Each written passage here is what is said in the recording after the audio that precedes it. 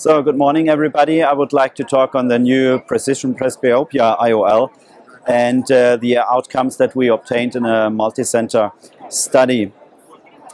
As we all know, decentration of lenses can really negatively affect the quality of vision, and decentration can sum up. There can be some decentration between the visual axis and the IOL center, but also between the IOL center and the pupillary center, and this can cause some quality of vision problems, especially in symmetric multifocal lenses. The new design of the Precision Presbyopia lens is that we have near and far segments all over the optical surface, and that means that we have a 50-50 ratio of these near and far segments for pupil sizes beginning, let's say, at about 1.5 millimeters up to 5 millimeters, and therefore decentration should not be that big of a problem any longer. Here you see the specifications of the lens. It's based on the proven Precision IOL design. That means a hydrophilic acrylic material, aspherical, aberration neutral, 6 millimeter optic size, and as mentioned, the ratio about 50-50 between near and far segments. The near edge of the lens is at 2.75 diopters.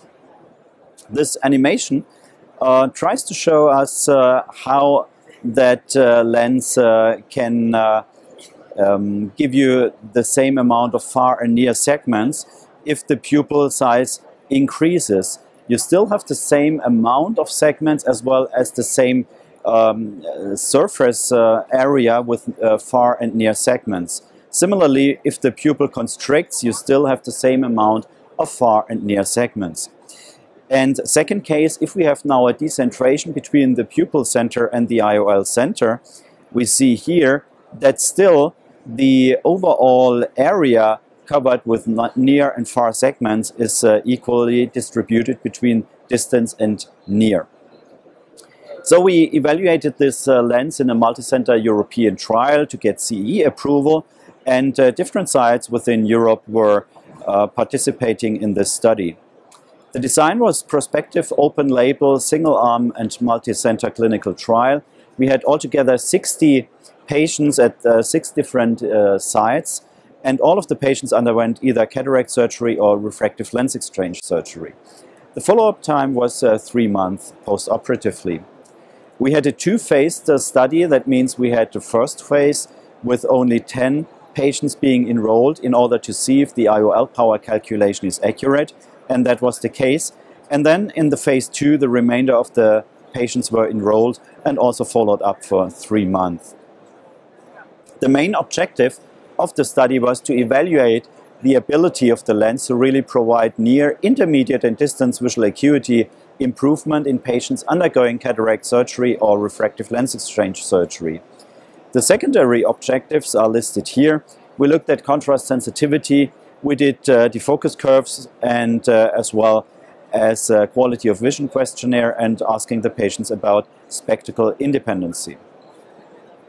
This chart just shows you how many of the different tests were performed, especially 3 months post-operatively. A lot of visual acuity tests, uncorrected, distance corrected, for all of the different distances.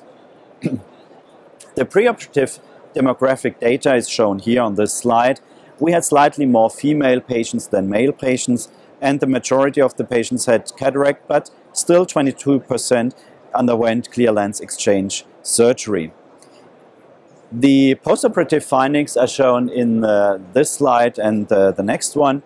And first of all, we need to mention that, for example, near visual acuity was tested at 40 centimeters, besides the fact that the lens is for a 50 centimeter distance due to the near edge of 2.75 diopters. The intermediate visual acuity was tested at 80 centimeters. Here are the findings post-operatively, 3 months on the right side. You see both uncorrected as well as corrected distance visual acuity was very good, with the mean value around 0 logMAR, that equals to 20/20 visual acuity.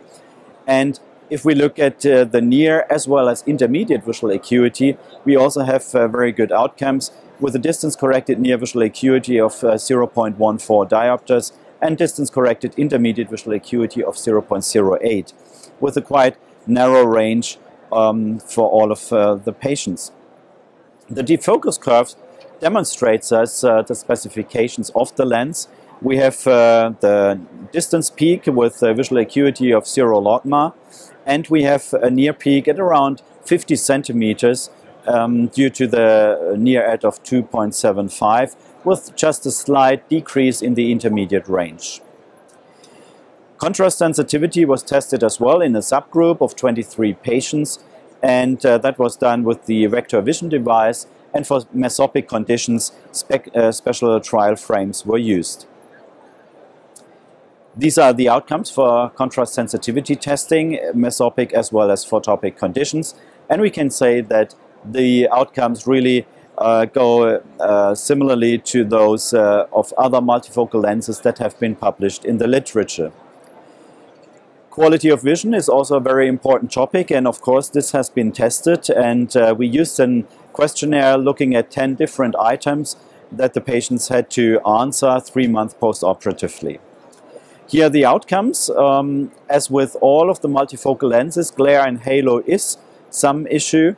We had about 1/3 of the patients who reported to have little to almost moderate disturbance by halos and glare.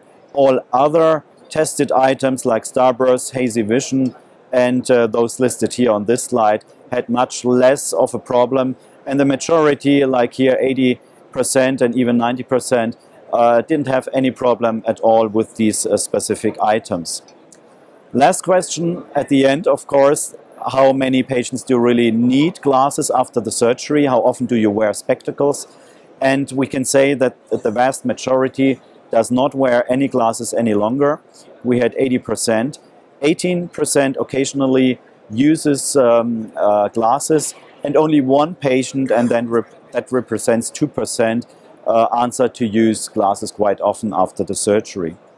So we can conclude that the Precision Presbyopia IOL really provided good uncorrected, near and intermediate visual acuity, and it got CE approval in May of 2017.